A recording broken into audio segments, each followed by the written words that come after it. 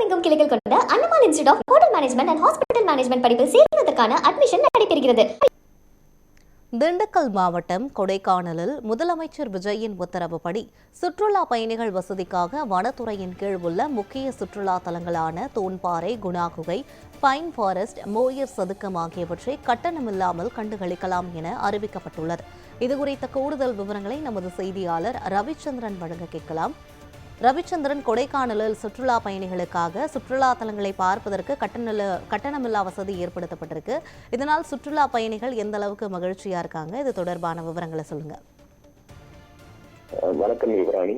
மலைகளின் இளவரசி என்ற அழைக்கப்பட்ட கொடைக்கானலில் கடந்த ஒரு மாத காலமாக சீசன், அதாவது களை கட்டு துவங்கியுள்ளது.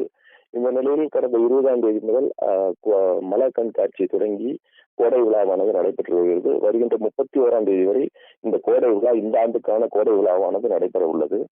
இந்த நிலையில் கடந்த சில தினங்களாக அதாவது கொடைக்கானலுக்கு அதிக அளவு சுற்றுலா பயணிகள் வருகை புரிவதால் போக்குவரத்தான நிலவி வருகிறது. குறிப்பாக வனத்துறை கட்டுப்பாட்டில் உள்ள தூண்பாறை, குணா குகை, பைன் ஃபாரஸ்ட், மோயர் சதுக்கம் போன்ற சுற்றுலா பயணிகளுக்கான அதாவது ஆயிரக்கணக்கான வாகனங்கள் நீண்ட வரிசையில் காத்திருக்க வேண்டிய சூழ்நிலை ஏற்பட்டுள்ளது.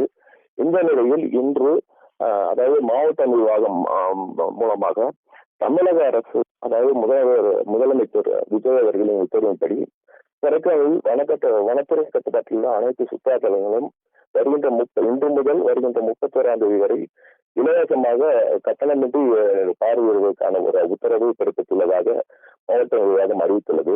இதனால் சுற்றுலா பயணிகள் அதாவது நீண்ட நேரம் போக்குவரத்தில் நெரிசலில் சிக்காமல் எளிதாக அனைத்து சுற்றுலா பயணிகளுக்கான வசதியாக இருப்பதாகவும் அதாவது மகிழ்ச்சி தெரிவிக்கின்றனர்.